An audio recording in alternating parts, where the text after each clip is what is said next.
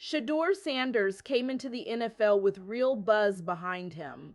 After standout college runs at Jackson State in Colorado, he landed with the Cleveland Browns in the fifth round of the 2025 NFL Draft, a team that badly needed answers at quarterback. The Browns had been searching for a legitimate starter for years, cycling through names that never quite stuck, and when Sanders fell to them in the fifth round, there was genuine excitement in Cleveland about what that pick could eventually become. His rookie year gave them some reasons to believe, but also plenty to sort out. In 8 games, Sanders threw for 1,400 yards, 7 touchdowns, and 10 interceptions, completing 56.6% of his passes. Those numbers told a complicated story. The touchdown showed he could make plays at the professional level. The interception showed a quarterback still adjusting to the speed and complexity of NFL defenses. And that completion rate raised eyebrows across the league. That completion rate was a steep drop from the 74% he posted in his final season at Colorado. The gap between college production and rookie year performance is not uncommon for young quarterbacks, but a drop of that magnitude draws attention. It suggested Sanders was still finding his footing in terms of reading defenses, processing information faster, and making quicker decisions under pressure. The Browns finished the year with questions still hanging over the position, and those questions have not gone away this offseason. Browns general manager Andrew Berry spoke to ESPN's Daniel Oifusi about where things stand with Shedeur Sanders' progress towards being a lock at QB1, heading into the spring. Berry did not hand Sanders the starting role outright. He did not dismiss him either. Instead, he gave an answer that reflected the reality of where things stand: open, competitive, and dependent on what happens in the coming months. I think that's a little bit TBD because I think all of our guys coming in, they're going to learn a new offensive system, Berry said. We're going to have a fair amount of turnover on that side of the ball.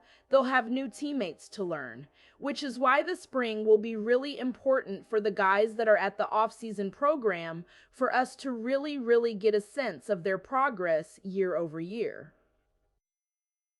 That statement alone tells you where the Browns stand organizationally.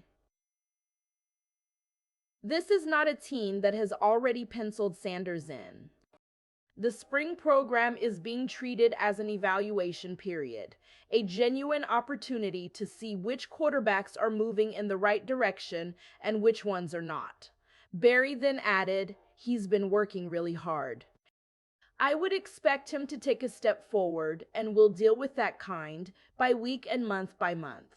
The phrase week by week and month by month is significant. It signals that the Browns are not operating on a predetermined timeline. Sanders will not be handed the keys simply because the team lacks other proven options. He will have to earn the role through performance, consistency, and demonstrated growth from his rookie year to his sophomore season. A year ago, Sanders was widely viewed as a franchise-level prospect. ESPN's Mel Kiper Jr. had him rated as the top quarterback in the draft class and one of the better overall prospects on his board. That evaluation was built on his arm talent, his football IQ, his leadership qualities, and his production at Colorado under head coach Deion Sanders. The expectations that came with that ranking were real, and so was the scrutiny when his rookie year numbers did not meet them. The rookie year did not live up to that hype entirely, but the situation in Cleveland was not exactly easy to walk into either. Sanders still made enough plays to keep the Browns from moving on. He was not benched permanently. He was not publicly criticized by the front office. Instead, the organization chose to keep the situation measured, giving him room to develop while also refusing to close the door on competition. Cleveland hasn't added a quarterback this offseason, leaving a room of Sanders, Dillon Gabriel, and Deshaun Watson. The internal competition has largely been framed around Watson and Sanders, but Berry made clear that Watson's contract year won't be the deciding factor in who starts. That is a notable statement because in many NFL situations, the financial investment in a veteran player quietly shapes who gets first team reps. Barry is pushing back against that logic and stating publicly that performance will drive the decision. Deshaun Watson is entering a contract year, which in most organizations creates at least some pressure to see returns on that investment. The Browns are choosing not to let that narrative control their quarterback room. The starting job belongs to whoever earns it, and that is the message Barry has delivered. The offensive line in front of them also looks different this time around. The Browns added Zion Johnson and Elgton Jenkins and pulled off a trade for tackle Titus Howard. Sanders has a better setup than he did as a rookie. One of the underappreciated factors in his rookie struggles was the protection around him.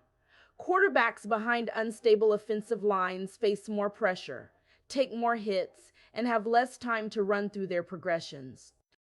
An improved line changes that equation meaningfully. Sanders enters 2026 with upgraded weapons, a new offensive system, a stronger offensive line, and the experience of an entire NFL season behind him.